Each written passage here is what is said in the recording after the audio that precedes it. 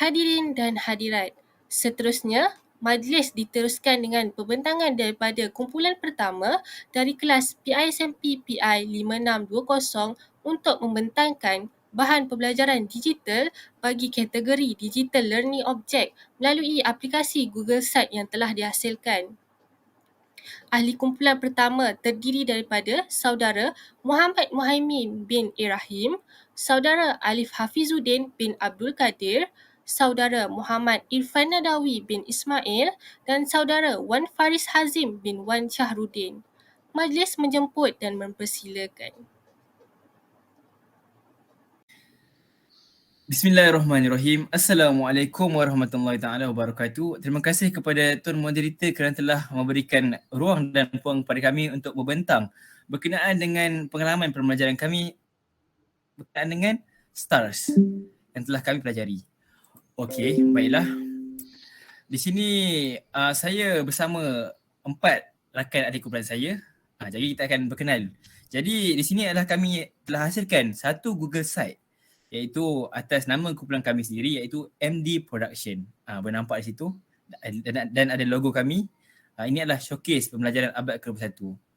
Okay, jadinya kenapa kami membuat Google Site ini adalah sebagai tanda kami memberikan maklumat berkaitan dengan apa yang kita akan bincangkan iaitu STARS. Jadi biar ada kesilapan ataupun perkara-perkara yang perlu ditegur, jadi bolehlah memberitahu kami dan kami akan membetulkannya. Baiklah. Jadi kita terus kepada kenali kami. Jadinya kami ada 4 orang ahli iaitu saya sendiri, Muhammad Irfan Nadawi bin Ismail dan rakan saya Wan Faris Hazim bin Wan Syahrudin, Alif Hafizuddin bin Abdul Kadir dan juga Muhammad Muhaimin bin Irahim. Okey, baiklah. Jadi kami telah menghasilkan video wakrai kumpulan kami sendiri. Jadinya, kita sama-sama saksikan bagaimana kami melakukan wakrai kami iaitu kumpulan Mujahidin Digital. 1, 2, 3. Siapa kita? Pendidik. Siapa kita? Pejuang. Pejuang dan pendidik. Pulang. Al-jihadu fi sabilillah. Takbir. Allahu Akbar. Hurrah. Okey, baiklah. Jadi itulah wakrai kami yang telah kami hasilkan iaitu untuk kami memberikan semangat kepada diri kami untuk dalam melakukan tugasan ini. Okey, seterusnya kita pergi kepada logo kumpulan kami. Baiklah, jadi ini adalah logo kumpulan kami, Mujahidin Digital. Jadinya kita terkailah maksud logo iaitu topi graduasi ini bermaksud tuntutan menuntut ilmu. Sebab kita sebagai seorang pendidik perlulah menuntut ilmu untuk memberikan ilmu kepada anak didik kita pada masa akan datang.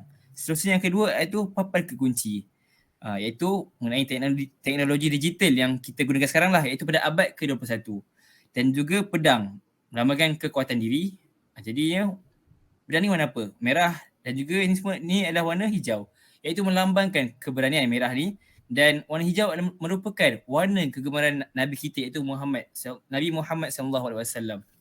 Dan latar belakang peperangan tersebut merupakan cabaran yang hebat iaitu kami menerima cabaran yang diberikan daripada Encik Muhaimi untuk kami melakukan tugasan ini. Okey, baiklah. Seterusnya kita masuk kepada STARS. Jadi STARS, apakah itu STARS? Jadi STARS ni merupakan satu akronim bagi memandang satu perkara dalam pelbagai pandangan. Jadinya ia berkait rapat dengan pembelajaran pada masa kini iaitu memudahkan kita ni sebagai seorang siswa pendidik untuk memahami dalam mencapai objektif pembelajaran dengan lebih mendalam dan bermakna berdasarkan fasa-fasa yang disenaraikan. Jadinya STARS, ada S, T, A, R, S. Jadinya kita akan terokai berdasarkan apa yang kami telah lihat dan kami akan huraikan. Jadinya di sini terdapat lihatlah STARS ni ada 1, 2, 3, 4, 5 fasa.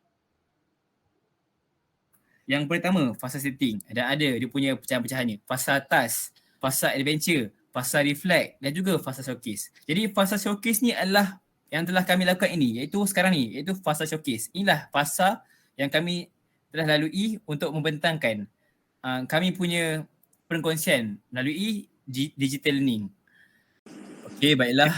Seterusnya kita akan melihat pula pada video yang iaitu konten yang telah kami lihat dan telah kami kaji tersebut, iaitu berdasarkan iklan mereka Petronas 2008. Jadi ayo sama-sama kita saksikan dan kita selepasnya kita akan mendengar kupasan satu persatu daripada kami berkenaan dengan star tersebut.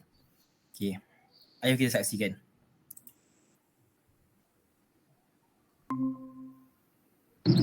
Mengapa kau termenung menung kataku? Bah, Ah, boleh belikan Aiman jalikan? Aiman, kalaulah Abah ni banyak duit, bukankan jala ikan. Jala ikan Jos pun Abah beli, betul tak?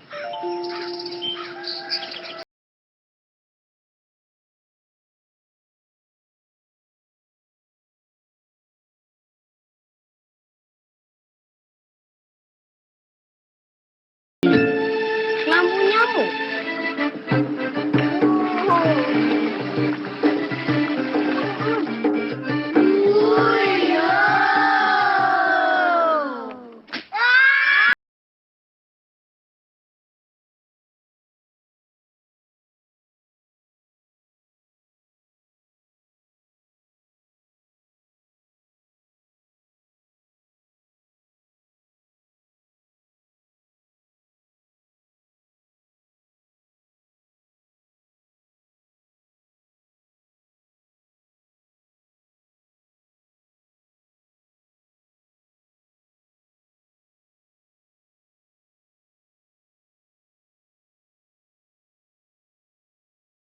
masalah je ni.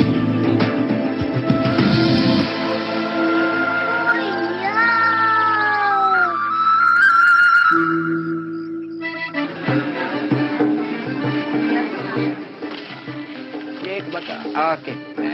Alright. Aiman? Ya, Mak. Terima kasih, Mak.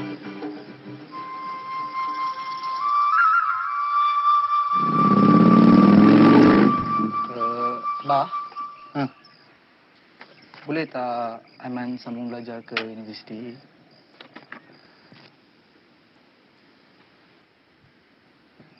Diam tanda setuju, Bah.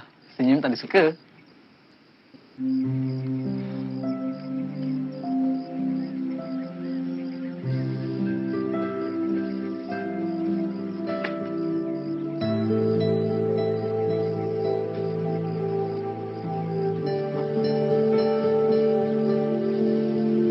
Terima kasih, Bang.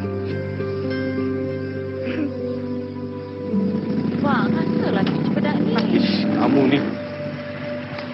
Motor apa ni? Motor apa ni, Cik?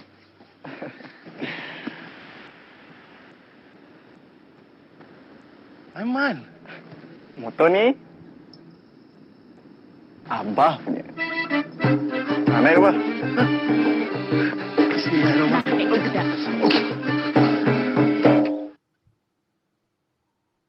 Is juicing a good way to Jadi itulah video tersebut. Jadi kita akan kembali kepada perbincangan seterusnya. Okey, baik. Bismillahirrahmanirrahim. Assalamualaikum warahmatullahi wabarakatuh. Terima kasih kepada rakan kumpulan saya iaitu Irfan Nadawi. Okey, seterusnya kita akan pergi kepada fasa yang pertama dalam start itu. Iaitu yang pertama adalah setting. Di dalam fasa ini, kita akan dapat lihat terdapat 4 aspek yang diambil kira dalam fasa ini. Fasa setting ni kalau dalam bahasa Melayu maksud tetapan, iaitu apa yang ditetapkan dalam satu pembelajaran. Itu yang pertama adalah target, elaborate, generalization dan objektif.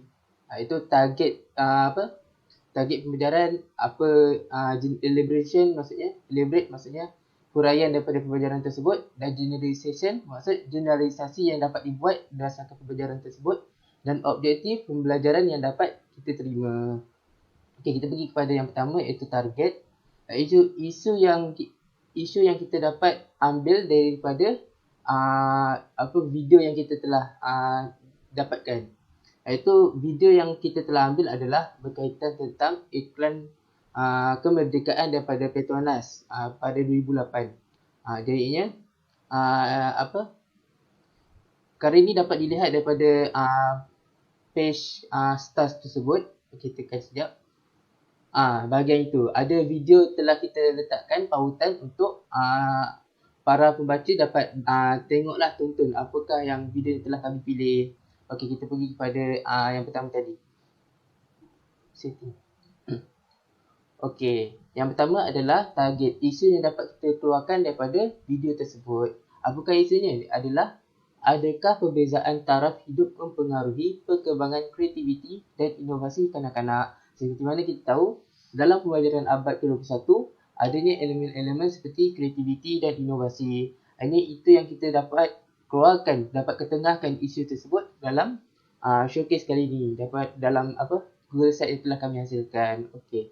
Seterusnya kita pergi kepada aspek yang kedua, iaitu essential question. Essential question ni maksudnya soalan-soalan yang penting untuk kita dapatkan daripada pembelajaran tu, iaitu kita dalam aspek elaborate, iaitu E. TEGO. Maksudnya yang kedua iaitu E, elaborate.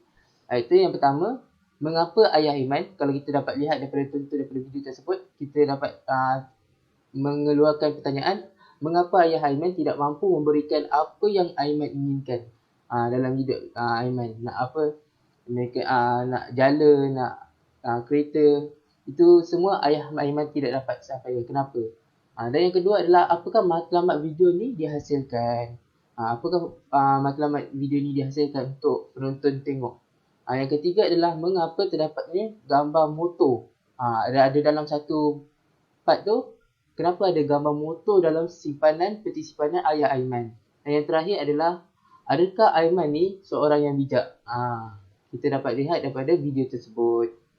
Okey, seterusnya kita ambil kira aspek yang ketiga, iaitu the big idea. The big idea ni adalah aspek pada yang ketiga, iaitu generalization. Generalisasi daripada apa yang dapat kita dapatkan, generalisasi.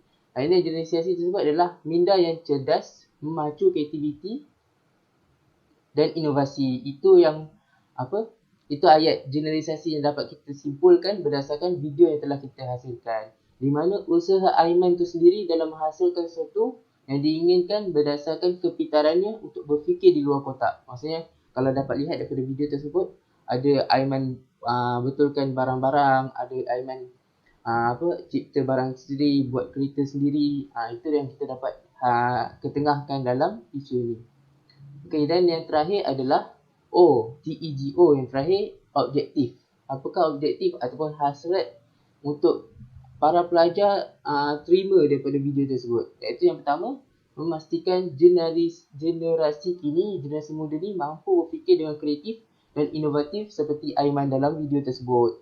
Dan yang kedua adalah berusaha sehabis baik dan tidak mudah mengalah dalam mengejar perkara yang diinginkan dan diidamkan.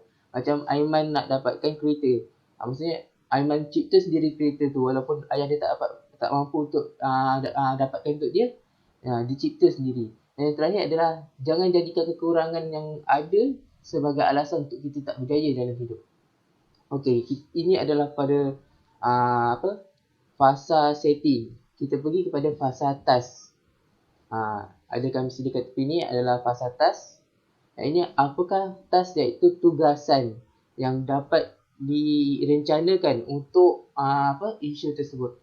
Ini berdasarkan tajuk yang diberikan, kumpulan kita ni, kumpulan anda diminta untuk membuat task tentang aspek-aspek yang hendak dikenal pasti berdasarkan tugasan yang diberikan. Kandungan tersebut, maklumat tersebut mestilah ada target apa isunya yang telah ditentukan. Selepas itu masukkan elemen-elemen task seperti mana yang telah kami hasilkan dan diminta untuk berdasarkan tapak bagi kumpulan masing-masing sehinggalah setting. Yang terakhir, daripada setting hinggalah ke adventure, yang terakhir ke A dan hinggalah ke DSO sahaja, iaitu bahagian observation, pantauan. Okey, seterusnya kita pergi kepada penerangan daripada rakan saya lain.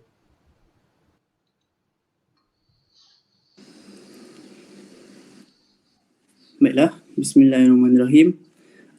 Nama saya Muhammad Muhaimin bin Ibrahim.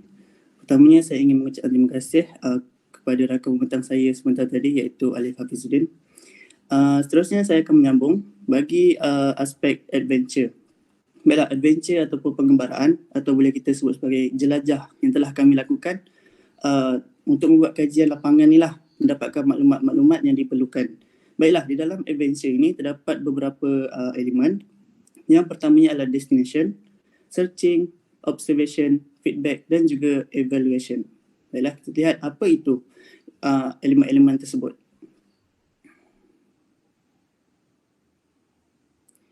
Baik, yang pertama adalah destination. Destination yang telah kami pilih untuk mencari maklumat adalah daripada video YouTube. Baik, jadi destination ni adalah merupakan tempat ataupun medium yang kami kena pilih untuk kami melaksanakan kajian, dan yang telah kami pilih adalah menerusi aplikasi YouTube lah. Dan berikut telah disertakan sekali link video YouTube yang telah kami pilih, yang mana video tersebut adalah merupakan video iklan Merdeka seperti yang telah disebutkan oleh saudara Alif sebentar tadi. Baiklah, kita teruskan pula kepada elemen yang kedua, iaitu searching. Baik, searching ni merupakan proses untuk kami mencari idea berdasarkan EQ dan juga TBI. EQ ni yang telah kita sedia maklum adalah essential question, dan TBI adalah the big idea. Baiklah, yang telah kami dapat daripada EQ dan juga TBI adalah yang pertama, apakah yang dimaksudkan dengan pemikiran inventif. Baik, seperti mana dalam EQ tadi telah dinyatakan, adakah Aiman ini adalah merupakan seorang yang bijak? Sekiranya Aiman ini seorang yang bijak, bagaimanakah corak ataupun pola pemikiran yang dimiliki oleh Aiman? Dan dari situlah menjurus kepada persoalan kami, iaitu apakah yang dimaksudkan dengan pemikiran inventif. Adakah Aiman ini memiliki pemikiran inventif, iaitu pemikiran yang cenderung kepada mencipta sesuatu, cenderung untuk mereka cipta sesuatu yang baru. Baiklah, yang kedua pula persoalan adalah, adakah dengan keinginan yang kuat dapat maju minda yang cerdas. Baik, kita dapat lihat Aiman merupakan seorang yang tidak mempunyai taraf hidup yang cukup mewah, hanya sederhana. Dengan itu dia tidak dapat memiliki mainan-mainan seperti mana kawan-kawannya yang lain. Jadi dengan keinginan dia untuk memiliki mainan tersebut, Aiman telah mencetuskan idea, menjana idea, melatih pemikiran dia bagaimana untuk dia dapatkan apa yang diinginkan. Dari situlah persoalan yang timbul, adakah dengan keinginan yang kuat yang mana yang Aiman miliki tadi dapat memacu minda yang cerdas. Baiklah, soalan yang ketiga adalah, adakah perkembangan kreativiti dan inovasi seseorang dipengaruhi oleh taraf hidupnya? Baik, seperti mana yang kita tahu, kalau kita mempunyai harta yang banyak, adakah kita dapat memanfaatkan harta tersebut ke arah kreativiti ataupun inovasi yang boleh kita laksanakan? Tidak semestinya. Begitu jugalah dalam suatu taraf hidup yang rendah juga, tidak mustahil untuk seorang yang punya taraf hidup rendah ini berfikiran kreatif dan inovatif. Oleh itu, persoalan yang kami timbulkan ini adalah, adakah pengembangan kreativiti dan inovasi seorang ataupun Aiman tadi itu dipengaruhi oleh taraf hidupnya? Baiklah. Seterusnya kita lihat pula kepada observation dan feedback. Baik, observation ini adalah merupakan kata kunci yang unik yang terdapat dalam video tersebut, dan feedback adalah rumusan terhadap kata kunci unik tersebut. Baik, kalau kita lihat di sini kata kunci yang unik adalah, kalau pokok cempedak Abah berdaun emas, jangankan kereta kayu, kereta kebal pun Abah belikan. Rumusan daripada kata kunci yang unik ini adalah, sekiranya seseorang itu memiliki taraf hidup yang mewah, tentunya keinginannya dapat dipenuhi dengan mudah. Baik, kata kunci yang kedua pula adalah, diam tanda setuju Abah, senyum tanda suka. Baik, rumusannya adalah, reaksi itu tidak semestinya daripada kata-kata. Ia boleh diterjemahkan melalui perlakuan atau raut wajah seseorang. Baik, kita lihat elemen yang seterusnya, iaitu evaluation. Baik, evaluation ni kita boleh katakan suatu kelebihan, tetapi dalam masa yang sama mempunyai hakikat yang sebenar. Sebagai contoh, sekiranya seorang guru itu, kita ketahui bahawa bila mana mengamalkan suatu pembelajaran yang kreatif dan inovatif seperti menerapkan elemen TMK, akan menjadikan suatu pembelajaran itu lebih bermakna kepada murid-murid. Tetapi hakikatnya, sekiranya sekolah tersebut tidak mempunyai rangkaian internet yang cukup kuat dan tidak mempunyai prasarana yang mencukupi, maka tidak dapat dilaksanakan. Maka boleh kita katakan prasarana dan rangkaian internet itulah yang lebih penting lagi. Seperti dalam video ini juga kita boleh lihat ada pro dan kontranya itu sendiri. Iaitu yang kami telah dapat ialah kreativiti dan inovasi seorang dapat dilahirkan dengan adanya minat yang mendalam terhadap sesuatu perkara. Seperti mana Aiman tadi, dia minat terhadap mainan tu. Sebab itulah dia dapat menonjolkan kreativiti dan inovasi dia dalam menghasilkan suatu mainan yang baru. Tapi hakikatnya, minda yang cerdas merupakan pemacu kepada kreativiti dan inovasi seorang. Walaupun dia ada minat, tapi sekiranya dia tidak melatih minda dia untuk jadi cerdas, maka kreativiti dan inovasi tidak akan muncul dalam diri dia. Baik, seterusnya adalah taraf hidup yang serba mewah dapat membantu mendapatkan apa yang diingini. Dari sini kita dapat lihat kawan-kawan Aiman tadi. Dia dapat kereta-kereta mainan seperti mana yang dia nak kerana taraf hidup mereka adalah mewah. Tapi hakikatnya, usaha yang gigih daripada seseorang itulah yang akan dapat membuahkan hasil yang diingini. Sekiranya seorang itu mewah tetapi dia tidak punya usaha yang gigih, dia takkan dapat apa yang dia nak. Hakikatnya begitu. Usaha yang gigih itulah yang penting. Baik, yang terakhir adalah seseorang yang kreatif dan inovatif diukur daripada sejauh mana produk yang dihasilkan dapat membantu masyarakat. Ini antara kelebihan yang kami dapat, yang mana kita dapat lihat Aiman dia menghasilkan produk-produk baru yang dapat membantu kehidupan masyarakat. Tetapi kalau kita lihat, bukanlah diukur berdasarkan sejauh mana produk yang dihasilkan tu, tetapi kemahiran berfikir yang Aiman miliki, menganalisis dan menyelesaikan suatu masalah adalah lebih penting untuk Aiman meningkatkan kreativiti dan inovasinya. Baiklah, itu saja daripada fasa adventure. Seterusnya kita lihat kepada reflect. Okey. Reflect ni merupakan maklum balas terhadap Google Site yang telah kami laksanakan ni lah. Setakat ni buat masa yang terdekat ni kami belum mendapatkan sebarang maklum balas, tapi akan ada pada masa akan datang, insya-Allah. Baiklah, sekadar itu saja daripada saya. Kita teruskan kepada rakan pembentang saya yang seterusnya, iaitu Wan Faris.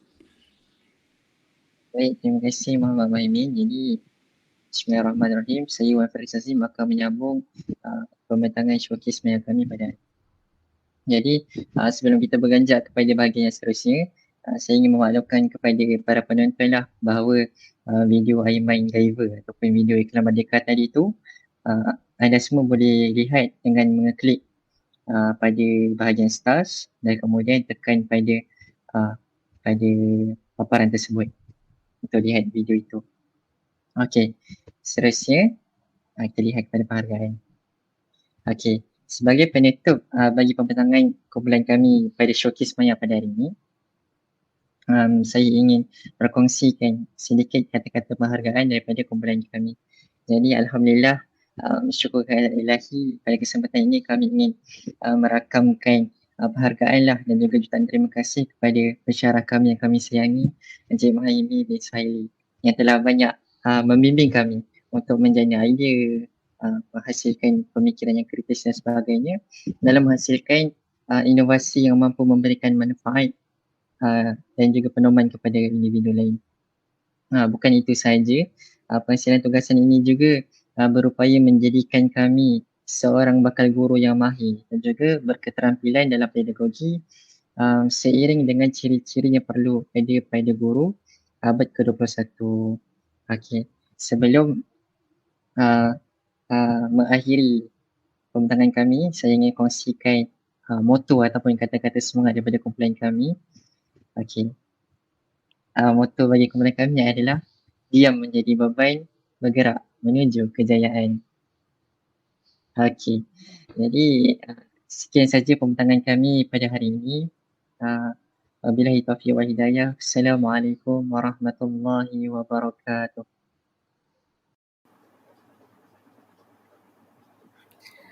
Terima kasih kepada kumpulan pertama daripada PISMP PI 5620 atas pembentangan sebentar tadi. Hadirin dan hadirat yang dihormati sekalian, seterusnya majlis diteruskan dengan pembentangan daripada kumpulan kedua dari kelas PISMP PI 5620 untuk membentangkan bahan pembelajaran digital bagi kategori Digital Learning Object melalui aplikasi Google Site yang telah dihasilkan. Ahli kumpulan kedua terdiri daripada saudari Nur Azalia Nasuha binti Sulaiman, saudari Nurul Najihah binti Muhammad, saudari Nurul Karisma binti Mubin dan saudari Nur Dalila binti Kasmadi. Majlis menjemput dan mempersilakan.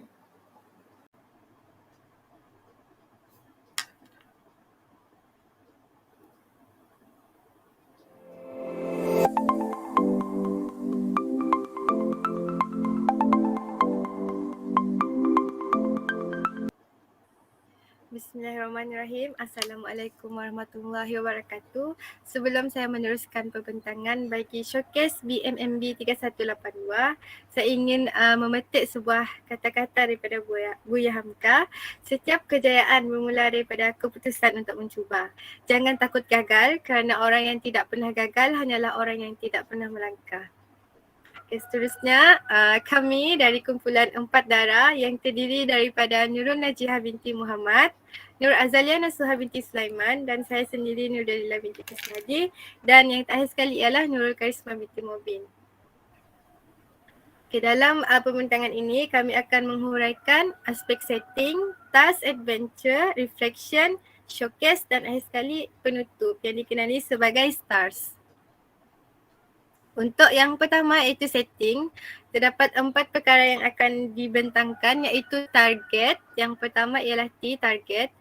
Target yang telah kami tetapkan berkaitan dengan isu ini adalah isu literasi digital iaitu tahap penguasaan murid dan guru dalam kemahiran digital. Untuk yang kedua iaitu elaborate. Kami telah menyediakan 3 soalan untuk mengukur tahap pengetahuan, kemahiran dan karakter pelajar. Yang pertama adalah apakah aplikasi digital yang boleh digunakan dalam proses PDP, bagaimanakah cara meningkatkan kemahiran menggunakan aplikasi digital tersebut dan sejauh manakah aplikasi digital membantu meningkatkan penguasaan pelajar. Dan yang ketiga adalah generalization iaitu the big idea. Big idea bagi isu ini adalah teknologi dalam pendidikan. Dan objektif untuk isu ini adalah guru akan dapat memahami kemahiran teknologi maklumat dan komunikasi dengan baik, menjelaskan konsep kolaborasi dalam pendidikan secara maya dengan eksplisit, menilai tahap penguasaan diri dalam TMK dengan berkesan, mengaplikasikan pengetahuan TMK dalam pembelajaran dengan berkesan dan akhir sekali ialah menghuraikan kelebihan teknologi maklumat dengan baik iaitu untuk hasil pembelajaran. Manakala untuk kriteria kejayaan pula, guru dapat memahami cara menyelesaikan aplikasi dengan isi pembelajaran, menjelaskan konsep kolaborasi dalam pendidikan secara maya dengan eksplisit melalui sesi perkongsian dalam talian. Yang ketiga, menilai tahap penguasaan diri dalam kemahiran TMK dengan berkesan melalui borang penilaian. Mengaplikasikan pengetahuan TMK dalam pembelajaran dengan berkesan melalui penggunaan aplikasi asas seperti Google Classroom, Google Site, Google Meet dan sebagainya. Dan yang terakhir sekali ialah menghuraikan kelebihan teknologi maklumat dan komunikasi dengan baik melalui kempen kesedaran manfaat TMK dalam dunia pendidikan. Okay, itu sahaja untuk setting. Seterusnya beralih pula kepada aspek task daripada rakan pembentang yang seterusnya. Seterusnya, saya akan menyambung aspek task.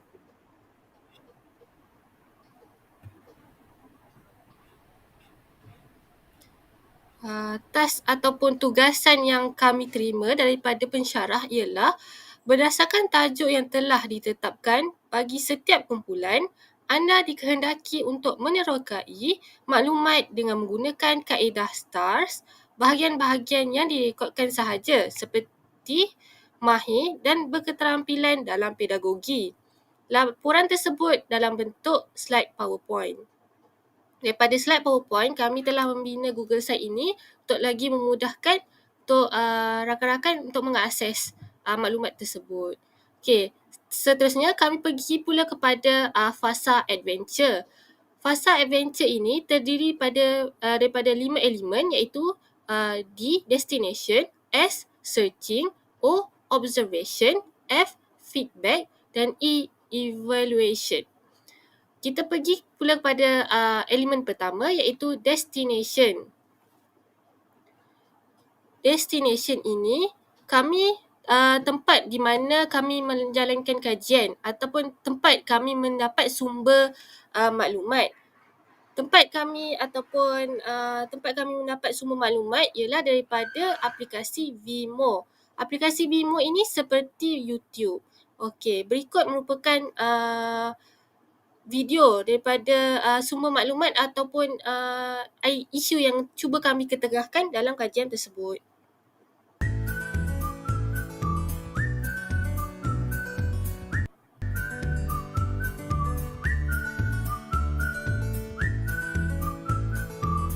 I'm currently teaching the 6th class at St Mary's Parish Primary School. There are a lot of online tools for collaboration within the classroom. The presentation that the children... Seterusnya, kita pergi pula kepada fasa searching. Okay, fasa searching ialah jawapan kepada essential question yang telah kami bina, iaitu EQ. Okay, soalan pertama ialah apakah kemahiran teknologi dan maklumat yang difokuskan dalam pedagogi. Kemahiran TMK yang difokuskan dalam pedagogi ialah yang pertama, kemahiran menggunakan aplikasi-aplikasi pembelajaran secara atas talian. Yang kedua, kemahiran penggunaan perisian komputer bagi tujuan pembelajaran. Yang ketiga, kemahiran mencipta laman web pembelajaran. Soalan yang kedua, bagaimanakah kelebihan teknologi maklumat dan komunikasi dapat membantu dalam meningkatkan profesionalisme perguruan?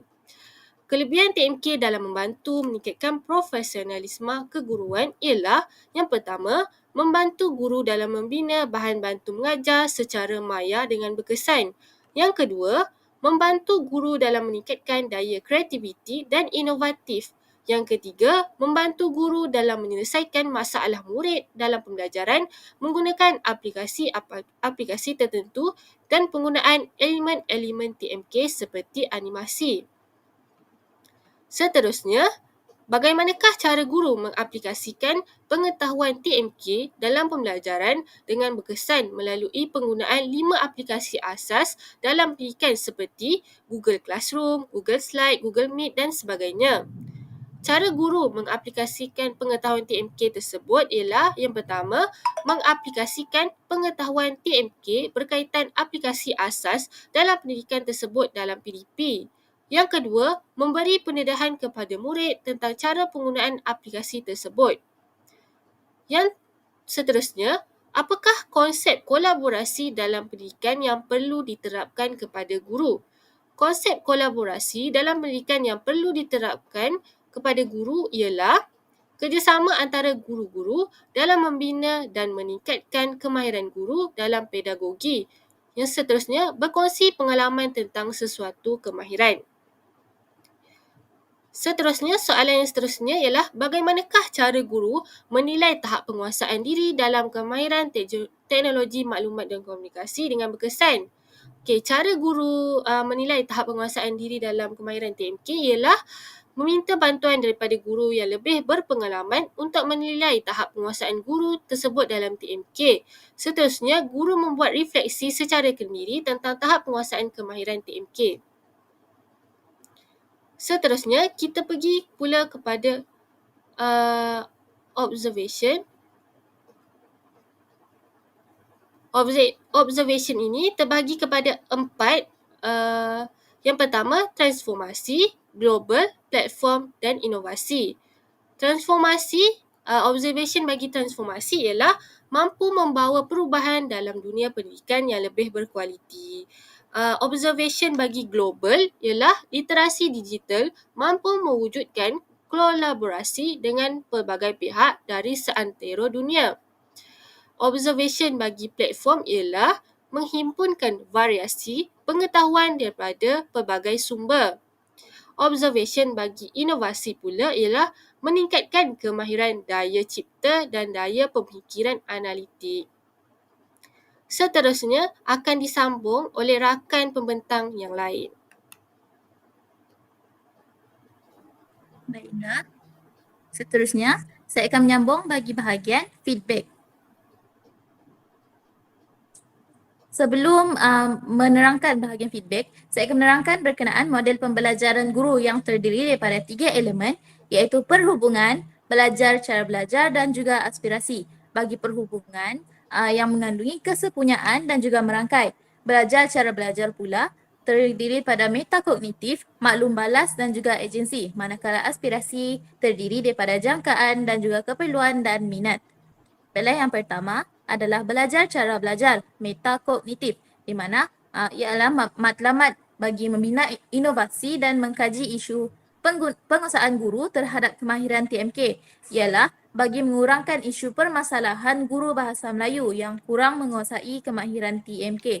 Seterusnya adalah penggunaan kaedah STARS bagi merancang, memantau perkembangan terhadap kajian berkaitan isu dan menilai kajian isu yang dilaksanakan tersebut. Seterusnya adalah melaksanakan penilaian dan penambahbaikan terhadap kajian isu tersebut secara kendiri melalui perbincangan bersama ahli kumpulan. Seterusnya adalah belajar cara belajar, yakni maklum balas, di mana kami menerima maklum balas daripada rakan-rakan yang mengambil elektif Bahasa Melayu dan rakan-rakan yang tidak mengambil elektif Bahasa Melayu. Seterusnya adalah menerima maklum balas daripada pensyarah dan menerima maklum balas daripada guru-guru dan murid-murid semasa melaksanakan program pengalaman berasaskan sekolah (PBS). Yang ketiga adalah belajar cara belajar agensi, di mana kami membuat penilaian secara kendiri melalui perbincangan dengan ahli kumpulan. Seterusnya, membuat penilaian secara kolaboratif dengan guru di sekolah semasa melaksanakan program PBS.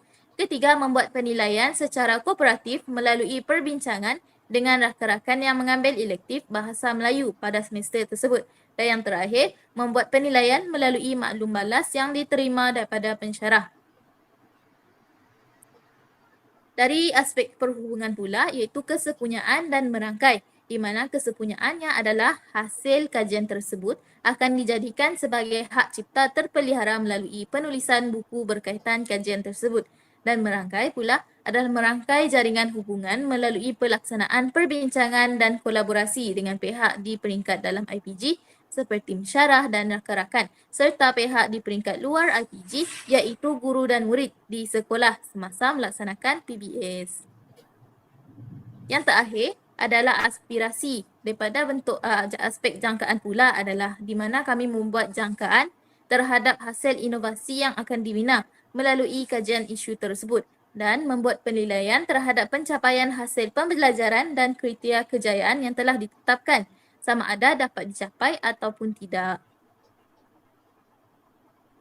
Akhir sekali adalah aspirasi, keperluan dan minat di mana kami telah membina Workry di peringkat ahli kumpulan dan kelas dengan kreativiti ahli kumpulan dan rakan-rakan bagi meningkatkan motivasi dan minat dalam pembelajaran subjek BMMB 3182.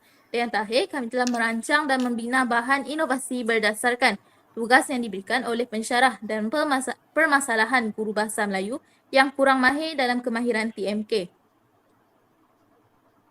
Seterusnya, kita teruskan dengan feedback rakan sebaya.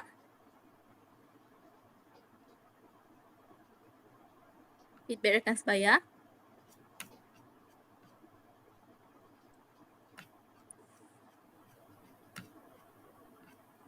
Feedback rakan sebaya yang pertama adalah video tersebut perlulah mudah diakses oleh pengguna. Yang kedua adalah menspesifikkan objektif agar lebih menjurus kepada masalah yang dihadapi. Dan yang ketiga, memperjelaskan dan mengkhususkan isu agar lebih mudah memahami masalah dalam isu tersebut. Seterusnya, feedback kendiri. Yang pertama adalah menambahkan essential question EQ berdasarkan video tersebut. Seterusnya, menggunakan video yang lebih jelas kaitannya terhadap isu yang ingin diketengahkan. Dan yang terakhir adalah memfokuskan individu utama yang terlibat dalam objektif sama ada guru ataupun murid. Seterusnya, kita pergi ke evaluation pula. Di mana evaluation ini adalah membuat penilaian daripada aspek pro dan kontra. Bagi generation TBI yang dipilih kami adalah teknologi dalam pendidikan.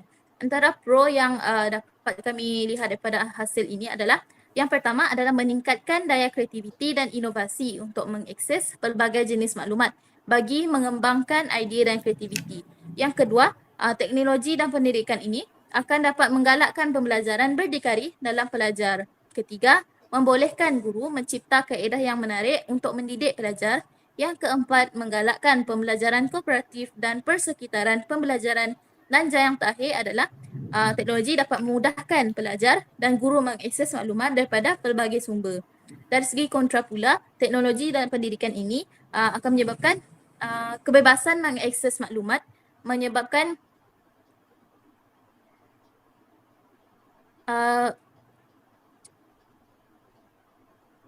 pelajar lebih terdedah untuk melayari laman sesawang yang tidak bermoral atau pornografi. Seterusnya, di mana sebilangan pelajar mungkin tidak mengetahui perbezaan antara sumber yang boleh dipercayai dan sumber yang tidak boleh dipercayai tanpa bimbingan guru. Yang ketiga adalah guru yang kurang celik teknologi mengalami masalah dalam mengaplikasikan teknologi digital. Yang keempat, prasarana dan kemudahan yang kurang di sekolah terutamanya di kawasan luar bandar. Dan yang terakhir adalah memerlukan jaringan internet yang pantas dan dikenakan bayaran bagi sesetengah bahan yang hendak dirujuk. Seterusnya adalah fasa reflection yang akan diteruskan oleh rakan sekumpulan saya.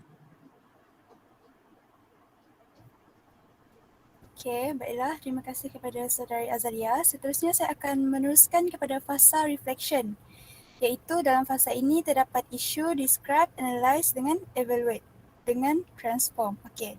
Bagi isu pula adalah isu yang telah kami kenal pasti, iaitu tahap penguasaan kemahiran digital yang rendah dalam kalangan guru dan murid. Describe dia pula ialah guru dan murid kurang kemahiran dalam penggunaan teknologi maklumat dan komunikasi semasa proses pengajaran dan pembelajaran di dalam bilik darjah. Okey, bagi bahagian analyse, kami telah menganalisis isu tersebut dengan menggunakan why dengan how. Okey, bagi why pula kenapa adalah kerana guru menganggap penggunaan TMK dalam PDP sebagai tidak penting. Seterusnya adalah faktor usia, kurang pengalaman dengan kaedah abad ke-21 dan juga beban tugas seorang guru. Yang ketiga ialah kerana kurang kemudahan infrastruktur sekolah. Okey, bagi bahagian how pula, bagaimana ialah guru yang bersikap tidak mahu menghadapi perubahan. Yang kedua, guru lebih menggunakan kaedah pengajaran tradisional berbanding kaedah abad ke-21. Dan yang ketiga ialah murid kurang didedahkan kepada penggunaan TMK melalui PDP dalam bilik darjah. Okey, bagi bahagian evaluate pula, kami telah menilai isu ini dari segi plus dan minus. Bagi plus, murid lebih terdedah dengan kemahiran digital kerana mempunyai telefon pintar di rumah. Yang kedua ialah guru lebih mudah menyampaikan isi pembelajaran dan lebih menjimatkan masa. Dan yang ketiga ialah bahan bantu mengajar dapat dikongsi dan diakses dengan mudah oleh guru-guru yang lain. Bagi minus pula, murid yang tidak mempunyai telefon pintar kurang terdedah dengan kemahiran digital. Yang kedua, membazir masa sekiranya peranti yang digunakan tidak berfungsi dengan baik. Dan yang ketiga ialah bahan bantu mengajar tidak dapat diakses sekiranya guru kurang mahir dalam menggunakan aplikasi tersebut. Aplikasi yang digunakan untuk membuat bahan tersebut. Okey. Kita balik kepada fasa transform, iaitu apa cadangan yang telah kami kemukakan untuk mengatasi isu ini. Yang pertama sekali ialah guru menjalani kursus dan latihan berkaitan kemahiran TMK. Dan yang kedua ialah pihak sekolah memastikan kemudahan dan infrastruktur di sekolah mencukupi bagi mengakses TMK. Okey, seterusnya kita balik kepada fasa showcase. Okey, berikut adalah perkongsian pengalaman pembelajaran yang telah kami buat. Okey, yang pertama sekali ialah kumpulan kami, PI 5620 telah menghasilkan satu buku kecil KPPB, PSMP. Okey, seterusnya kita akan melihat secara sekilas pandang isi-isi yang terdapat dalam buku kecil KPPB tersebut. Okey, terdapat isi kandungan dia, gagasan, ruang kendali saya, sudut karya kreatif, penulisan PISMP. Okey, seterusnya. Okey, gagasannya adalah seperti berikut. Okay, kemudian ruang kenali saya terdapat profil pelajar berserta dengan kata-kata semangat daripada pelajar tersebut.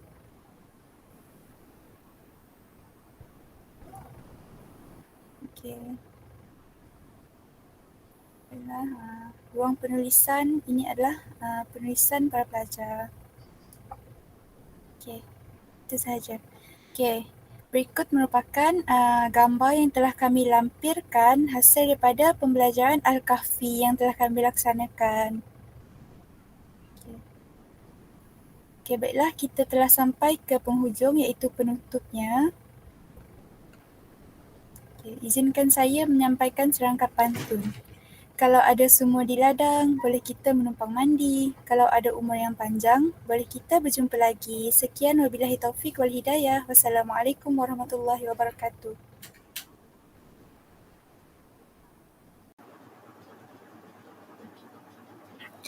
Terima kasih kepada kumpulan kedua daripada PISMP PI 5620 atas pembentangan sebentar tadi.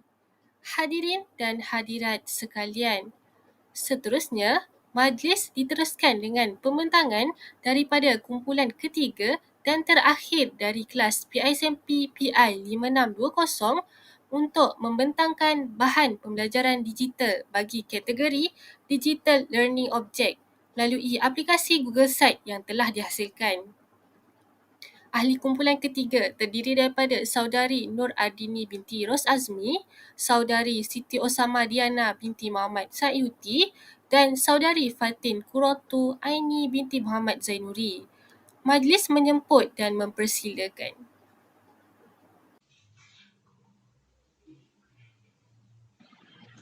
Bismillahirrahmanirrahim. Assalamualaikum warahmatullahi wabarakatuh. Nama diberi Fatin Kurotu Aini binti Muhammad Zainuri dari kumpulan PISMP-PI 5620. Jadi di sini saya bersama dua lagi rakan kumpulan iaitu Siti Osama Diana binti Muhammad Sayuti dan Saudari Nur Ardini binti Ros Azmi juga daripada kumpulan PISMP-PI 5620. Jadi apa yang kita akan lakukan pada hari ini?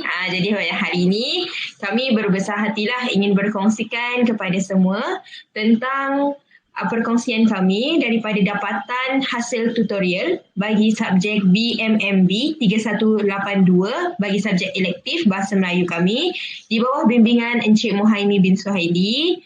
Jadi pada kali ini telah di bawah bertemakan pembelajaran virtual merevolusikan pendidikan digital. Jadi sebab itulah kami telah memilih untuk menggunakan aplikasi Google Slide. Jadi di sini kami telah merangkumkanlah secara keseluruhan apa dapatan kami tentang satu video dan kami telah merungkaikan video tersebut dengan menggunakan stars. Jadi lepas ni rakan-rakan kumpulan saya lain akan terangkan secara terperinci satu persatu apakah itu elemen stars tersebut. Jadi sebelum kita masuk kepada elemen pertama, saya rasa moleklah dahulu untuk saya terangkanlah, ceritakan sebesikit video apa yang kami pilih sebenarnya. Jadi dekat sini, saya tunjuk sikitlah dia punya video, dia punya tajuk saja. Jadi tajuk ni, yang ini kami akan letakkan nanti kemudiannya. Rakan kumpulan saya akan terangkan. Jadi kami telah pilih satu video iklan raya. Jadi daripada hasil video ni, kami nak mengaitkan dengan subtopik yang telah kami dapat iaitu tentang komunikasi berkesan. Jadi dekat dalam video ni, dia menceritakan tentang dua orang budak lelaki bernama Ahmad dan juga Fizi. Jadi Ahmad dengan Fizi ni sebenarnya mereka merupakan anak yatim dan mereka pun ditempatkan di sebuah rumah anak yatim. Jadi dalam YouTube ni, dalam video ni, dia sedang menceritakan suasana masa tu nak hari raya. Jadi rakan-rakan yang lain adalah balik ke rumah adik-beradik ke ataupun balik ke rumah makcik, pakcik, nenek dan sebagainya. Tapi Ahmad dengan Fizi ni mereka telah mengambil keputusan untuk balik, tapi mereka tak bagi tahu dengan pengurusan anak yatim tu yang diorang nak balik kampung juga. Jadi dekat sini sebenarnya Ahmad dengan Fizi ni mereka merupakan dua orang budak lelaki yang mempunyai orang kelainan upaya iaitu OKU. Jadi dekat sini kami akan terangkan kepada semua apa yang kami dapati daripada video ni dan macam mana kami mengaitkan tentang komunikasi di antara Ahmad dengan Fizi ni dengan komunikasi berkesan tadi. Macam mana mereka dapat memahami satu sama lain, sedangkan yang seorang tu tak dapat cakap, seorang ni buta macam tu. Jadi macam mana mereka nak faham sebenarnya? Yang seorang tak dapat lihat, dia macam mana dia tahu kawan dia cakap apa? Yang seorang ni tak dapat nak mendengar, tak dapat nak bercakap. Jadi macam mana mereka saling memahami antara satu sama lain? Dan sebenarnya apa video ni nak sampaikan kepada kita, masyarakat, tentang apa kepentingan-kepentingan yang perlu kita hadapi dan kita perlu bersedia untuk kita menghadapi di sekolah nanti misalnya ada kelas pendidikan khas dan juga masyarakat luar. Jadi seterusnya saya akan rungkaikan dahulu bagi elemen yang pertama, iaitu star statement. Jadi S pertama adalah setting. Jadi di bawah setting ni saya akan terangkan 4 elemen, iaitu yang pertama target, E elaborate yang kedua, yang ketiga G generalization ataupun TBI the big idea, dan seterusnya O iaitu objective. Jadi kita lihat dahulu yang pertama dekat sini adalah target. Jadi apa sebenarnya tumpuan kita atau apa isu yang kita nak memberikan fokus utama dalam video ni. Video ni dia menceritakan tentang apa? Jadi seperti yang saya cakap tadi, video ni menceritakan tentang perjalanan suka dan duka dua orang sahabat karib OKU, iaitu Ahmad dan Fizi dalam menempuh perjalanan pulang ke kampung Ahmad. Jadi dia menceritakanlah macam mana Ahmad dan Fizi ni melalui daripada rumah anak yatim tadi, apa perjalanan mereka, bagaimana mereka naik apa, siapa yang bantu mereka untuk mereka sampai ke kampung Ahmad. Jadi seterusnya kita rungkaikan dari aspek elaborate. Yang di sini kami telah senaraikan 6. Jadi agak-agak bila kita tonton video ni, bila kita tonton satu video, mesti kita akan ada rasa tertanya-tanya. Mesti kita nak tahu ini. Tapi dia tak cakap pun dekat dalam video tu. Tapi kita nak tahu juga sebenarnya apa terjadi. Soalnya kan manusia ni kan dia ada sifat macam tu kan. Orang kata curiosity, tertanya-tanya dekat situ, ingin tahu. Jadi dekat sini antara persoalan yang kemungkinan akan muncul atau hadir dalam minda penonton adalah yang pertama, bagaimana Fizi boleh memahami percakapan Ahmad? Kalau kita tengok video tu pun kita macam pelik. Macam mana dia orang ni faham satu sama lain ni? Padahal yang seorang ni OKU bahaya lain, yang seorang ni OKU lain. Macam tu. Jadi kita nak tahu macam mana. Tapi sebenarnya tak ada jawapan pun kan. Ataupun mungkin kalau jawapan berbentuk fakta kita boleh cari. Tapi kemungkinan tak ada jawapan pun, tapi dia akan timbul. Jadi setiap persoalan tak semestinya ada jawapan. Jadi persoalan yang kedua adalah bilakah Fizi dan Ahmad mula mengenali satu sama lain? Jadi dalam video tu dia tak ada pun cakap bila mereka berkenalan. Mereka cuma tunjukkan dekat babak dekat rumah anak yatim. Jadi kita tak tahu bila Fizi dan Ahmad ni masuk anak yatim. Macam tu. Bila dia orang ni jadi anak yatim? Seperti persoalan yang ketiga tu kan. Sejak dari bila? Umur berapa Fizi dengan Ahmad ni jadi anak yatim? Bila ibu dan ayah mereka meninggal? Kita tak tahu pun sebab dalam cerita tu tak ada menceritakan tentang babak tersebut. Jadi yang keempat adalah kenapa Fizi dan Ahmad tidak memberitahu pihak pengurusan rumah anak yatim untuk menghantar mereka pulang ke kampung. Dan yang kelima, kenapa pakcik tersebut menghantar mereka ke masjid dan bukan ke rumah ibu Ahmad? Dan yang keenam, apakah punca Ibu Ahmad meninggal dunia? Jadi ini merupakan antara persoalan-persoalan yang telah kami dapati selepas kami menonton video tersebut. Seterusnya kita beralih kepada yang ketiga, iaitu the big idea. Jadi dekat sini kita ada 5 big idea yang telah kami pilih. Jadi yang pertama adalah kasih sayang yang terjalin antara dua orang sahabat meskipun memiliki kecacatan.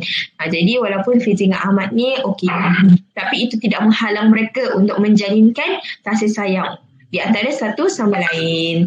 Jadi yang kedua adalah pengetahuan terhadap bahasa dan isyarat orang kurang upaya, iaitu OKU. Jadi kalau kita yang tak belajarlah, kita tak ada ilmu tentang bahasa isyarat ni, mesti kita tak fahamkan apa bahasa dan isyarat yang mereka buat tu. Tapi kalau kita mendalami bahasa dan isyarat tersebut, pasti kita akan tahu apa yang mereka nak sampaikan. Okay, yang ketiga adalah kecacatan yang dimiliki tidak menghalang komunikasi dan hubungan sesama manusia. Jadi walaupun Ahmad dan Fizlini tadi, mereka dua-dua ada mengalami kekurangan, tetapi mereka tetap dapat berkomunikasi dengan berkesan dan memahami antara satu sama lain. Yang keempat, kasih sayang seorang anak terhadap ibunya yang telah meninggal dunia. Jadi kan kita tahu Fizli dengan Ahmad tadi kan duduk dekat rumah anak yatim. Jadi biasanya kalau duduk rumah anak yatim ni maksudnya ibu dan ayah telah meninggal. Jadi walaupun ibunya telah meninggal dunia, tetapi kasih sayang Ahmad ni tadi terhadap ibunya tak pernah orang kata berbelah bahagi, sentiasa berpanjangan. Jadi sebab itu yang membuatkan Ahmad kuat untuk pulang ke kampung halaman untuk menyambut Hari Raya Aidilfitri tu kan. Okay, jadi seterusnya, the big idea terakhir adalah menunjukkan bahawa sikap tolong-menolong antara manusia tidak kira bangsa dan agama. Jadi ni umumlah kita tahu dekat Malaysia ni kan negara dia berbilang kaum kan, rakyat dia. Jadi ini merupakan salah satu the big idea yang kami pilih kerana untuk memupuk kerjasama antara satu sama lain. Jadi elemen terakhir di bawah setting ni adalah objektif. Jadi hasil pembelajaran, pelajar akan dapat memahami kasih sayang wujud dalam hubungan persahabatan, tidak mengira perbezaan yang dimiliki, dan juga pelajar akan dapat menganalisis cara berkomunikasi dengan golongan yang mempunyai kecacatan penglihatan, pendengaran dan juga lisan. Bagi kriteria kejayaan pun sama juga seperti hasil pembelajaran, iaitu dapat memahami kasih sayang wujud dalam hubungan persahabatan dan juga dapat menganalisis. Jadi macam mana cara golongan OKU ni berkomunikasi? Apa mereka punya, orang kata simbol-simbol, macam mana mereka berkomunikasi dengan bahasa isyarat tersebut. Jadi seterusnya untuk task dan adventure akan diterangkan oleh rakan kumpulan Saudari Nur Aridini. Jadi persilakan. Okey, terima kasih Saudari Fatin Kota Aini. Jadi tanpa buang masa, saya akan mentangkan untuk bahagian task. Okey, kita teruskan. Okey, untuk task adalah maksudnya adalah tugasan yang diberikan oleh kami, yang mana kita tahu tadi Saudari Fatin telah menjelaskan tugasan yang telah diberikan kami adalah di bawah aspek kemahiran komunikasi berkesan. Okey, jadi itulah untuk kami punya tugasan. Kita teruskan kepada aspek yang seterusnya, iaitu adventure. Okey, untuk bahagian adventure, terdapatnya 5 elemen yang akan saya rungkaikan, iaitu D, S, O, F, E. Saya akan rungkaikan satu persatu elemen ini. Okay, kita lihat kepada elemen pertama tadi, iaitu D, yang mana bermaksud destination, yang mana untuk destination ini kami telah memilih video daripada aplikasi YouTube. Itulah untuk kami punya lapangan destinasi kami. Okay, untuk bahagian elemen yang kedua, iaitu S, DS. Okay, untuk bahagian S ini dipecahkan kepada 3 bahagian, iaitu di bawah aspek isu, elaborate, bawah sikit ini, dan juga the big idea, yang mana sebenarnya yang ni sahabat saya tadi dah menerangkan, namun saya terangkan secara lebih jelas lagi. Okay, untuk bahagian searching, dekat sini kita dah keluarkan isu yang kita lihat daripada video itu tadi, iaitu tadi kan sahabat saya dah terang detail dah tadi, iaitu mengisahkan 2 orang sahabat OKU yang mengalami kecacatan penglihatan dan juga kecacatan lisan dalam menempuh perjalanan pulang ke kampung Ahmad. Okay, itu adalah kami punya isu di dalam video ini. Dan untuk bahagian elaboration, iaitu bahagian persoalan-persoalan yang boleh kita rungkai daripada YouTube ni, adalah pertama. Okay, tadi pun sahabat saya dah terangkan, kat sini antara persoalan yang kita akan lihat, bagaimana Fizi ni boleh faham percakapan Ahmad, sedangkan Ahmad tidak menggunakan perkataan lisan seperti mana manusia yang normal. Jadi macam mana Fizi boleh faham sedangkan lagi-lagi Fizi adalah seorang yang buta. Dekat sinilah persoalan yang kita nak lihat. Yang kedua adalah bila mana Fizi dan Ahmad mula mengenali satu sama lain. Yang ketiga, sejak bila dan juga umur berapa Fizi dan Ahmad ni tinggal dekat rumah anak yatim. Sebab dalam video ni memang tak diberikan lah sebab scene yang pertama tu memang betul-betul scene mereka tengah makan dekat kantin. Jadi memang kita tak dapat tahu pun orang ni macam mana orang kenal. Okay, yang keempat, kenapa Fizi dengan Ahmad tak beritahu pihak pengurusan rumah anak yatim untuk menghantar mereka pulang ke kampung. Kat sini pun dikatakan satu persoalan juga. Sedangkan mereka ni mengalami kesyatatan, jadi sebaiknya mereka perlu bagi tahu lah kan pihak pengurusan. Tapi kenapa diorang tak bagi tahu kan? Diorang senyap-senyap keluar. Okay, yang kelima, kenapa pakcik tersebut menghantar mereka ke masjid dan bukan ke rumah Ibu Ahmad? Dekat dalam satu scene dalam video ni juga, dia kata dekat Ahmad dan juga Fizi kata dekat pakcik tu hantar mereka ke Segamat. Dia nak balik kampung dekat rumah. Tapi pakcik tu balik. Hantar dekat bukan dekat rumah ni, kat masjid. Kenapa? Itulah antara persoalannya. Dan yang terakhir, apakah punca Ibu Ahmad meninggal dunia? Yang mana ni adalah scene yang terakhir.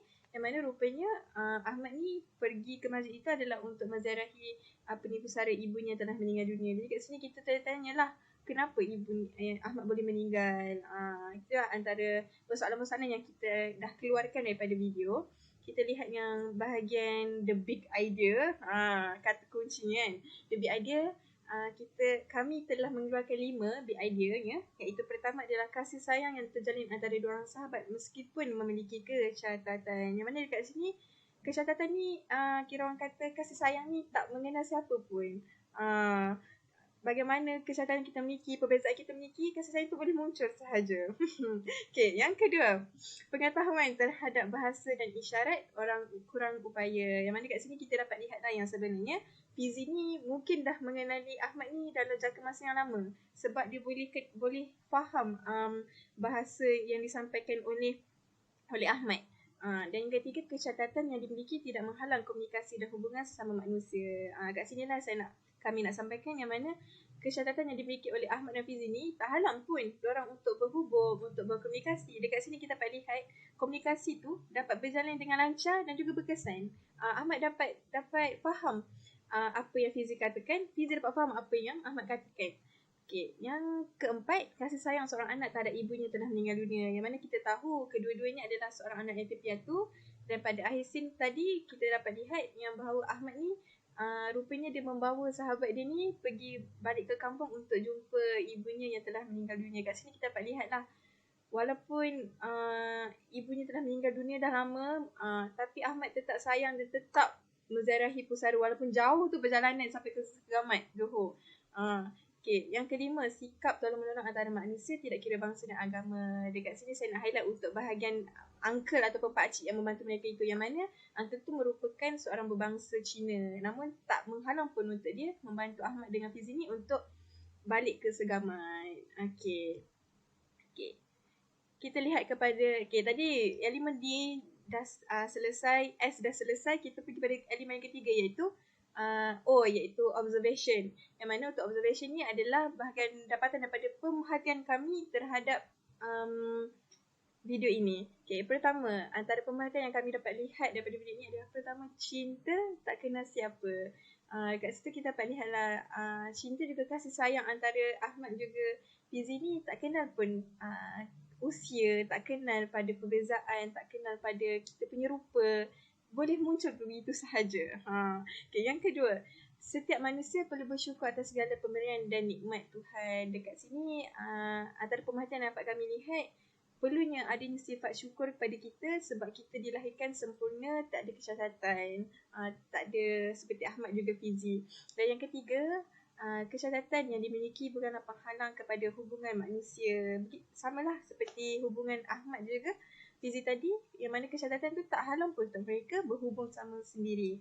Dan yang kelima, perlunya sifat tolong-menolong sesama manusia tidak kira bangsa dan agama. Seperti mana contohnya tadi saya ambil adalah pakcik Cina tadi kan, Uncle Cina yang membantu menumpangkan mereka naiki lori untuk pulang ke Segamat. Yang terakhir adalah setiap manusia perlu meraihkan hari-hari istimewa bersama insan yang tersayang. Kat sini walaupun insan kita mungkin jauh daripada kita ataupun dah meninggalkan kita, tapi tetap kita perlu raihkan bersama insan yang tersayang walaupun mereka telah meninggal dunia. Seperti mana Ahmad tetap meraihkan Hari Raya Aidilfitri bersama dengan sahabatnya, bersama dengan ibunya di pusara. Okey, kita teruskan kepada elemen yang keempat iaitu F, feedback, yang mana setelah kami mengeluarkan kata kunci daripada pemerhatian ni, kami minta maklum balaslah daripada rakan-rakan kami tentang kata kunci telah dikeluarkan. Okey, kita lihat kata kunci yang pertama tadi, cinta tak kenal siapa. Jadi kami tanyalah pendapat rakan-rakan kami. Jadi kat sini mereka setuju. Mereka kata betul, perasaan cinta dan kasih sayang ni dapat diwujudkan tanpa kita kira perbezaan yang wujud dalam kalangan manusia. Okey, yang kedua untuk kata kunci yang kedua iaitu setiap manusia perlu bersyukur atas segala pemberian nikmat Tuhan. Dan rakan kami ni bagi dia punya feedback lah, dia kata betul. Dan dia setuju sangat sebab dia kata kita sebagai manusia ni perlu sentiasa bersyukur dengan setiap pemberian yang diberikan Tuhan kerana ada dekat luar sana yang tak bernasib baik seperti kita. Okay. Yang ketiga, kesyatatan yang dimiliki bukan penghalang kepada hubungan manusia. Okay. Jadi feedback yang kami dapat adalah mereka bersetuju kerana kita dapat lihatlah yang kesyatatan yang dimiliki oleh Ahmad dan juga Fizi ni tak menjadi penghalang untuk mereka bersahabat dan berinteraksi antara satu sama lain. Okay. Yang keempat, perlunya sifat tolong-menolong sesama manusia tidak kira bangsa dan agama. Dekat sini pun mereka bersetuju. Mereka kata sebab kami memberikan video jugalah kepada rakan kami untuk melihat dan mereka memberi feedback setuju sebab seperti mana pakcik ataupun uncle Cina yang membantu Fizi dan Ahmad ni menunjukkan perlunya ada sifat saling bantu-membantu lagi-lagi dekat di dalam sebuah negara yang berbilang kaum seperti kita. Okay, yang terakhir adalah setiap manusia perlu meraihkan hari-hari istimewa bersama insan yang tersayang. Dan mereka memberi feedback yang positif. Mereka kata yes, perlu setiap insan yang perlu sambut dengan insan tersayang walaupun insan tu mungkin dah meninggal dunia, tapi tetap kita perlu ingati mereka dan raihkan hari-hari istimewa ni dengan gembira. Okay, kita lihat yang elemen yang terakhir iaitu kita lihat kepada bahagian evaluate yang mana kat sini kami telah memilih TBI. Okay, tadi kan kami beri 5 TBI kan, ada banyak TBI. Kat sini kami telah memilih satu saja TBI iaitu pengetahuan terhadap bahasa isyarat. Dekat sini saya akan terangkanlah antara pro and contra dia iaitu kelebihan dan kekurangan dia berdasarkan kata kunci kami. Okay, antara kelebihan bila mana kita mempunyai pengetahuan terhadap bahasa isyarat ni, pertama kita akan menjadi seorang insan yang lebih prihatin dan sensitif terhadap persekitaran terutamanya kepada golongan orang kurang upaya. Okay. Yang kedua, kita akan menjadi lebih peka terhadap ekspresi wajah serta gerakan tubuh orang lain. Yang ketiga, mampu meningkatkan kemahiran berkomunikasi dengan golongan OKU yang mana kita tahu untuk kita berkomunikasi dengan golongan OKU kita perlukan satu bahasa isyarat kan. Jadi kat sini kalau kita dah ada pengetahuan tu, kita dapatlah berkomunikasi dengan mereka. Kita bukan berkomunikasi dengan manusia-manusia yang normal. Kita dapat berkomunikasi dengan mereka, dapat mendalami mereka punya kehidupan. Yang keempat, dapat menambahkan kenalan daripada latar belakang yang berbeza. Okay, kita lihat kepada dia punya kekurangan dia. Yang pertama, bila mana kita kurang pengetahuan terhadap bahasa isyarat ni, kita akan sukarlah untuk berkomunikasi dengan golongan orang kurang upaya. Mungkin suatu hari nanti kita sebagai seorang guru kan, kita berjumpa dengan para pelajar yang mempunyai masalah seperti ini dan kita tak ada pengetahuan terhadap bahasa isyarat. Jadi sukar untuk kita fahami apa yang sebenarnya dia nak sampaikan. Macam mana kita nak interaksi dengan mereka kalau kita tak ada pengetahuan terhadap bahasa isyarat tu kan. Okay, yang kedua, pengetahuan terhadap bahasa isyarat ni perlukan sudah semestinya untuk manusia yang sihat tubuh badannya, yang ni dia perlukan latihan dan kemahiran khusus untuk menjadinya dan dalam jangka masa yang panjang. Yang mana kita tahu untuk bahasa isyarat ni lagi-lagi untuk orang seperti kita tak terdedah dekat dengan golongan orang kaya kan. Jadi kat sini susahlah untuk kita praktikkan, melainkan kita perlukan latihan lah dan juga kemahiran. Tapi kat situ mengambil masa yang agak lama. Okay, ketiga, sebilangan masyarakat kurang berminat untuk pelajari bahasa isyarat. Yang mana kat sini ada sebilangan masyarakat beranggapan tak perlu pun, kenapa nak perlu belajar bahasa isyarat ini, sedangkan tak berjumpa pun, tak perlu berinteraksi pun dengan mereka ni. Jadi kenapa nak perlu belajar? Jadi menyebabkan diorang kurang berminat lah. Dan keempat adalah pandangan negatif masyarakat terhadap bahasa isyarat, yang mana mereka merasakan bahasa isyarat ni hanya untuk golongan yang tertentu saja. Sedangkan golongan seperti kita pun boleh untuk belajar bahasa isyarat ni sebab banyak sangat kelebihannya. Okay. Seterusnya saya serahkan kepada sahabat saya yang terakhir, iaitu Siti Osama Diana binti Muhammad Senang Yuti.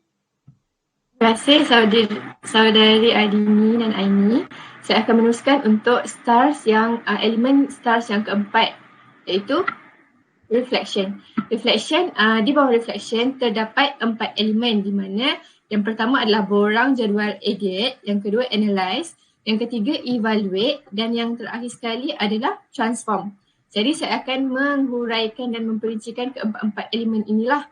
Di dalam reflection, melalui stars ni, apabila kita tengok YouTube tu, kita akan membuat refleksi. Jadi isu daripada YouTube yang kami pilih tu adalah tahap pengetahuan bahasa isyarat yang rendah dalam kalangan masyarakat. Maksudnya di sini, apabila kita menonton YouTube tu, kita dapat melihat bahawa masyarakat sukar memahami dan berkomunikasi dengan mereka yang mempunyai masalah pendengaran atau lisan kerana tidak mempunyai kemahiran asas dalam bahasa isyarat. Tapi bila kita melihat daripada isu yang kami sebut ni, sebenarnya umum kita tahu bahawa masyarakat kita ni kurang untuk mengambil tahu berkenaan bahasa isyarat sebab kita anggap benda ni tak penting. Sedangkan kalau kita betul-betul bergaul ataupun berkawan dengan mereka yang kurang upaya daripada kita, kita akan cuba untuk berusaha memahami bahasa isyarat yang mereka sampaikan kepada kita. Okay,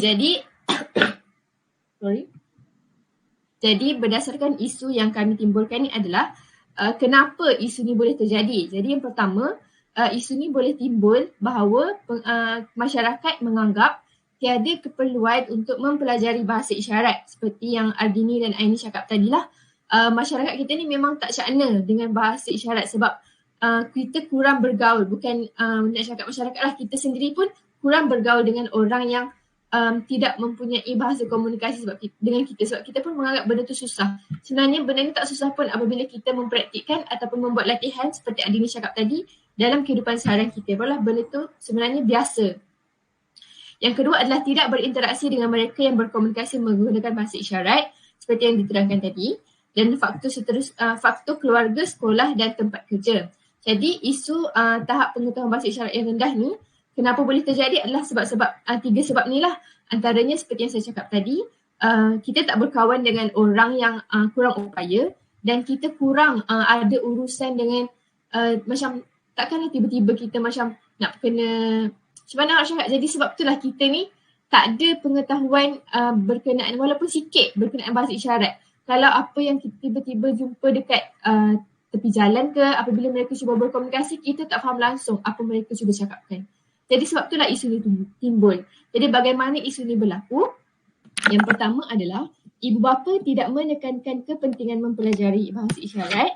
Yang kedua, tidak berpeluang untuk berkawan atau berjumpa dengan mereka yang mempunyai masalah kurang upaya.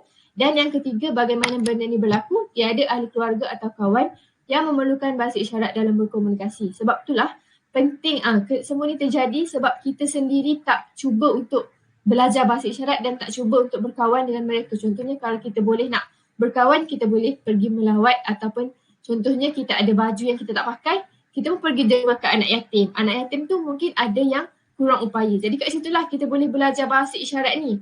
Jadi apabila kita buat benda tu amalan, kita pergi ziarah selalu setiap 1 bulan ke, mungkin kita akan mempelajari bahasa isyarat ni secara langsung dan tidak langsung. Elemen yang ketiga iaitu evaluate. Evaluate ni adalah kita nak tengok kenapa benda ni jadi dan macam mana kita boleh atasi. Jadi untuk evaluate bahagian reflection, yang pertama untuk bahagian plus, menjadi lebih bila seseorang ataupun siapa-siapalah yang melihat YouTube yang kita pilih tadi iaitu berkenaan dengan bahasa komunikasi lah antara Fizi tadi. Jadi bila seseorang tu tengok video ni, jadi seseorang tu bila dia betul-betul membuat refleksi terhadap YouTube tu, bila dia berfikir, jadi dia akan menjadi lebih perhatian dan sensitif terhadap persekitaran, terutama kepada golongan OKU. Kemudian dia akan menjadi lebih peka terhadap ekspresi wajah serta gerakan tubuh orang lain. Yang ketiga, mampu meningkatkan kemahiran berkomunikasi dengan golongan OKU, dapat menambahkan kenalan dari latar belakang yang berbeza. Jadi apabila mereka betul-betul menghayati YouTube tersebut, mereka akan sedar akan diri mereka yang sangat kurang dengan orang-orang yang kurang upaya ni. Jadi lepas mereka melihat dan merefleksi selepas mereka menonton YouTube, mereka akan menjadi lebih nak akan belajar bahasa isyarat tu. Kemudian, minus untuk elemen minus, komunikasi antara golongan OKU dan masyarakat biasa tidak dapat disampaikan dengan berkesan. Yang kedua, masyarakat kurang cakna dengan mereka yang berkomunikasi menggunakan bahasa isyarat atau sebaliknya. Dan yang terakhir adalah masyarakat sukar untuk memahami perasaan dan emosi golongan berinteraksi menggunakan bahasa isyarat atau sebaliknya. Jadi apabila seseorang tu tengok video yang kami kepilkan di YouTube tu, melalui YouTube, seseorang tu akan sedar bahawa diri sendiri dan masyarakat sangatlah kurang untuk berkomunikasi dengan masyarakat yang yang kurang upaya dalam berkomunikasi dalam kehidupan seharian, yang maksudnya komunikasi normal lah. Okey, kemudian elemen yang terakhir adalah transformasi yang boleh kita lakukan. Okey, dalam transformasi ni ada 3 yang boleh yang kami cadangkan untuk diubah suai oleh masyarakat dan diri sendirilah. Yang pertama, masyarakat perlu didedahkan dengan kelebihan-kelebihan memahami bahasa isyarat. Yang kedua, melibatkan pelajar yang menggunakan bahasa isyarat bersama dengan pelajar yang normal di sekolah.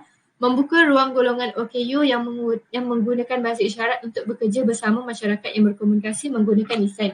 Jadi untuk bahagian transform ni, antara ketiga-tiga idea untuk kita tambah baik, sebenarnya bila kerajaan ataupun pihak-pihak yang bertanggungjawab mengambil tindakan seperti memberi peluang kepada golongan yang kurang upaya untuk bekerja bersama. Contohnya seperti di fast food punya restoran, apabila mereka berbicara ataupun melakukan urusan yang kita lah, contohnya jual beli, jadi secara tidak langsung kedua-dua belah pihak antara kita dengan orang kurang upaya tu dapat bersama-sama mempelajari bahasa masing-masing. Jadi pentinglah untuk transform ni dilakukan oleh diri sendiri dan pihak yang bertanggungjawab.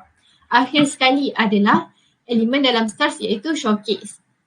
Showcase ni merupakan kemuncak lah dalam STARS tu sendiri, sebab kalau kita just buat setting, task, adventure, reflection dan tapi kita tak buat showcase, jadi sebenarnya kita macam tak berkongsi maklumat tu kepada orang ramai. Jadi showcase ni adalah perkongsian pengalaman pembelajaran, iaitu pengalaman pembelajaran melalui perkongsian LETS, iaitu pada setiap fasa setting, task, adventure dan reflection dalam STAR tu sendiri. Melalui maksudnya sebagai saya nak ringkaskan maksud showcase ni, apabila kita sudah seperti yang Ardini dan Aini terangkan tadi, bila kita dah perincikan isu, kita cari apa untuk ditransformasi dan bagaimana benda tu berlaku, kesan dia semua tu kita akan bentangkan dalam bentuk sama ada perkongsian dalam Google Meet, perkongsian melalui digital seperti kita boleh gunakan Zoom ataupun StreamYard, Microsoft Teams. Benda tu akan showcase melalui digital learning object seperti itu akan dapat membuka mata khalayak ramai untuk lebih cakna akan masyarakat yang kurang upaya. Jadi sebagai penutup daripada STARS ni, apa tu? Okay, saya boleh cakap melalui pengalaman kami merungkai menggunakan STARS ni sendiri, kami bukan sahaja lagi tengok YouTube secara sebagai hiburan ataupun sebagai hiburan sajalah, tapi melalui STARS ni kami dapat meneliti dan memahami apa yang cuba video tu sampaikan kepada kami sebenarnya. Jadi dengan menggunakan STARS dan menggunakan laman web yang kami sampaikan ni, dapatlah kami memahami video tu sendiri dan dapat menyampaikan kepada orang ramai supaya lebih prihatin dan cakna lah pada golongan-golongan yang kurang upaya. Jadi itu sahaja daripada kumpulan kami. Sekian, terima kasih.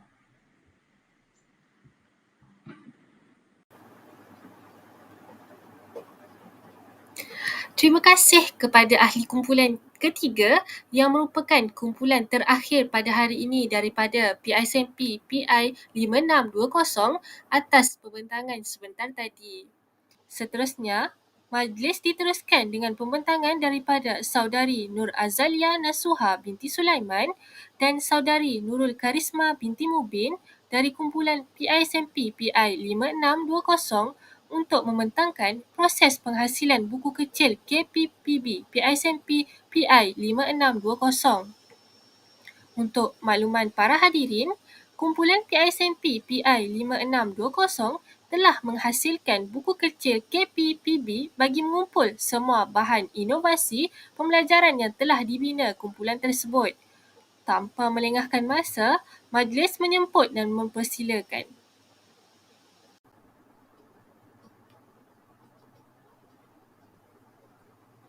Bismillahirrahmanirrahim. Assalamualaikum warahmatullahi wabarakatuh dan selamat pagi hadirin sekalian.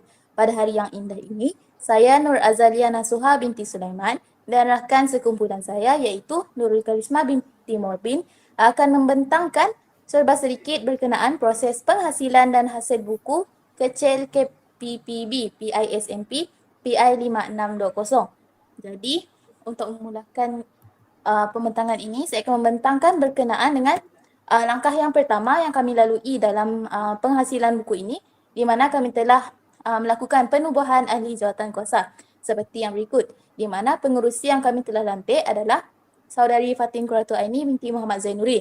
Ketua editornya pula adalah Saudari Nur Ardini binti Ros Azmi. Editornya pula adalah Saudari Siti Osama Diana binti Muhammad Sayuti dan Saudara Wan Faris Hazim bin Wan Syahrudin. AJK reka bentuk dan grafiknya pula adalah Nur Dalila binti Kasmadi dan juga Saudara Alif Hafizuddin bin Abdul Qadir. AJK jurugambar pula adalah Saudara Muhammad Irfan Nadawi bin Ismail. Manakala setiausaha adalah Fatin Qurratu Aini binti Muhammad Zainuri dan juga Muhammad Muhaimin bin Rahim. Bendaharinya pula adalah Nurul Najihah binti Muhammad dan yang terakhir adalah ahli jawatan kuasa iaitu Nurul Karisma binti Mobin dan juga saya sendiri Nur Azalia Nasuha binti Sulaiman. Seterusnya, langkah yang kedua yang telah kami lalui dalam proses penghasilan buku kecil ini adalah penyediaan muka hadapan dan muka belakang buku tersebut. Jadi ini merupakan contoh muka hadapan dan juga muka belakang buku yang telah kami hasilkan. Langkah yang ketiga pula adalah dengan pengumpulan gambar dan kata-kata semangat untuk dijadikan profil pelajar dalam buku tersebut. Jadi ini merupakan contoh profil pelajar yang kami tunjukkan dalam buku kecil tersebut, di mana pada bahagian atas kami akan menuliskan nama setiap ahli kumpulan PISMP PI 560. Pada tengah page pula kami akan menunjukkan gambar pelajar tersebut dan di bawah gambar tersebut kami menunjukkan kata-kata semangat yang telah diberikan oleh pelajar tersebut.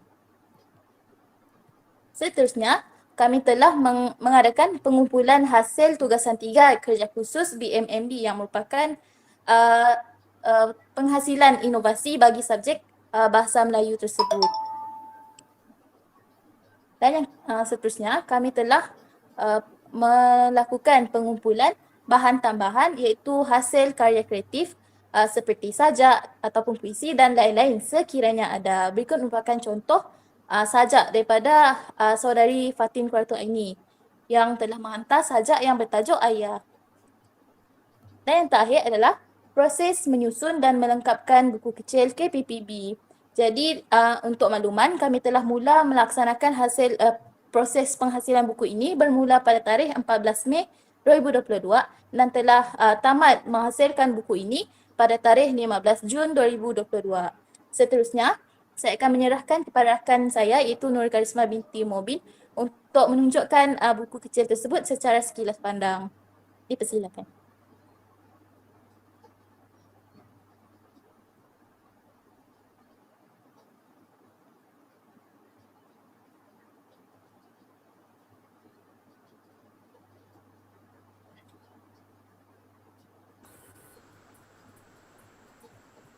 Baiklah, kita telah pun melihat proses penghasilan buku kecil KPPB IPG kita oleh Saudari Nur Azalia Nasuha binti Sulaiman. Okey, baiklah. Seterusnya, kita akan lihat secara sekilas pandang. Yang pertama sekali, kita akan lihat muka hadapan buku kecil KPPB IPG kita ini yang telah dihasilkan oleh kumpulan PI 5620. Okey, seterusnya. Okey, berikut adalah isi kandungan yang terdapat di dalam buku ini, iaitu terdapat 4 perjalanan. Perjalanan pertama iaitu gagasan, perjalanan kedua ruang kenali saya, dan perjalanan ketiga penulisan PISMP PI 5620, dan perjalanan yang keempat ialah sudut karya kreatif. Okey, baiklah, mari kita telusuri satu persatu. Okey, bagi perjalanan pertama iaitu gagasan, terdapat dua gagasan, iaitu gagasan pertama oleh person in charge. Okey. Kemudian gagasan oleh ketua editor. Okey, seterusnya kita lihat sekilas pandang. Okey, baiklah. Kita balik kepada perjalanan kedua iaitu ruang kenali saya. Okey, untuk pengetahuan, di dalam ruang kenali saya ini terdapat profil pelajar yang disertai dengan kata-kata semangat oleh pelajar itu sendiri. Okay.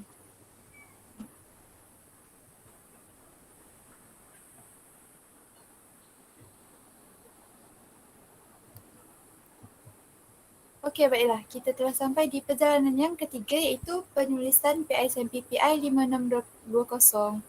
Okey, dalam penulisan PISMP PI 5620 ni terdapat kami telah mengumpulkan hasil kerja khusus inovasi pelajar PI 5620. Okey, mari kita tengok sekilas pandang je. Tak terlalu banyak.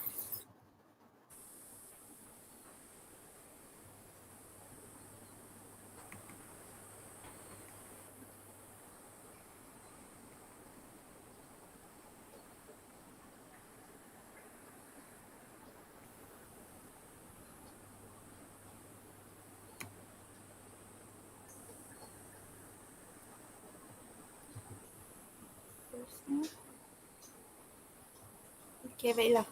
Dan perjalanan yang terakhir ialah sudut karya kreatif yang telah kami maktubkan dalam buku kecil KPPB ini. Terdapat karya daripada pelajar siswa dari kelas kami sendiri iaitu Fatin Qurratu Aini dengan tajuk sajaknya ialah Ayah. Okey, kita lihat sekilas pandang. Okey, baiklah, kita telah sampai di penghujung buku. Saya akan mengungkapkan sepatah kata iaitu jangan berhenti saat anda lelah, berhentilah saat anda selesai. Okey, sekian itu sahaja pembentangan untuk penghasilan buku kecil KPPB IPG Data daripada Kumpulan PI 5620. Sekian, terima kasih. Terima kasih kepada saudari Nur Azalia Nasuha binti Sulaiman dan saudari Nurul Karisma binti Mubin daripada PISMP PI 5620 atas pembentangan sebentar tadi. Dengan berakhirnya pembentangan daripada saudari Nur Azalia Nasuha binti Sulaiman dan saudari Nurul Karisma binti Mubin tersebut, maka berakhirlah sesi pembentangan kita pada hari ini. Majlis mengucapkan ribuan terima kasih kepada ahli pembentang yang sudi berkongsi ilmu pada hari ini, pengarah, para pensyarah serta hadirin dan hadirat yang setia sehingga ke penghujung sesi. Semoga perkongsian dan input pada hari ini memberikan kefahaman dan pengetahuan yang baik kepada kita. Sehingga bertemu lagi, saya akhiri majlis kita pada hari ini dengan serangkap pantun. Bertiup bayu di pantai indah, burung kedidi, terbang melayang. Mana yang kurang, silap dan salah, jangan menjadi bekalan pulang. Assalamualaikum warahmatullahi wabarakatuh.